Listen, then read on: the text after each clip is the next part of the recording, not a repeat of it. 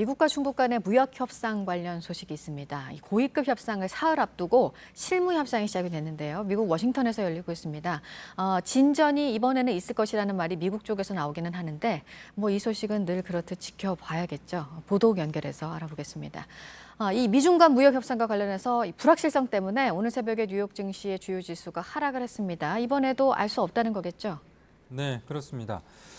로이터 통신에 따르면 약 30명의 중국 실무 협상단이 워싱턴 DC에 미 무역 대표부 청사로 들어가는 모습이 목격됐습니다. 실무 협상은 현지 시간 7일과 8일 이틀간 있을 예정인데요. 어떤 내용이 다뤄질지는 미 백악관이 낸 성명에서 유추해 볼 수 있습니다.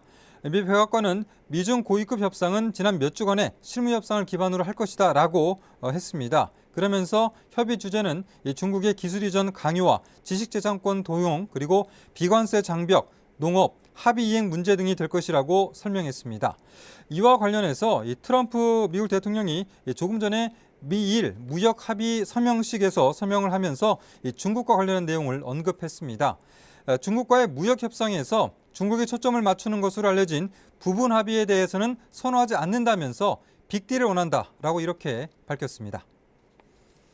네, 다음은 납세자료 제출을 거부하려는 도널드 트럼프 미국 대통령의 시도가 연방 법원에서 제동이 걸렸다는 소식입니다. 앞서 뉴욕주 검찰은 8년치 납세자료를 내라고 트럼프 대통령에게 소환장을 발부했고 트럼프 측은 현직 대통령의 면책 특권에 어긋난다며 소송을 제기했습니다. 그러나 뉴욕 법원은 현지 시간 7일에 이 트럼프의 소송을 기각했습니다.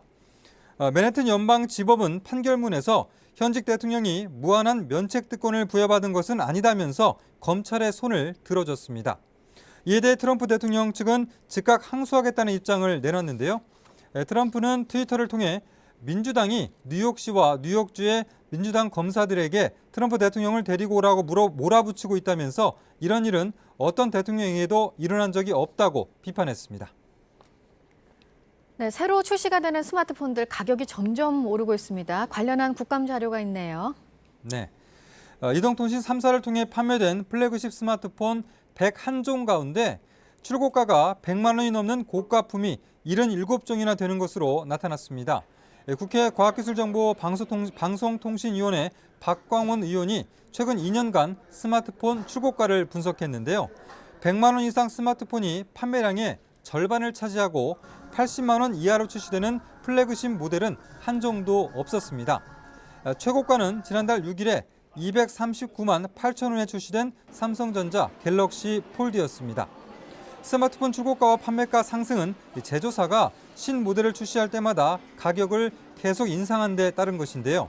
이는 완전 자급제 폰 정책이 5G 불법 보조금 문제 등으로 제대로 자리를 잡지 못하는 점 등이 작용한 것으로 보입니다.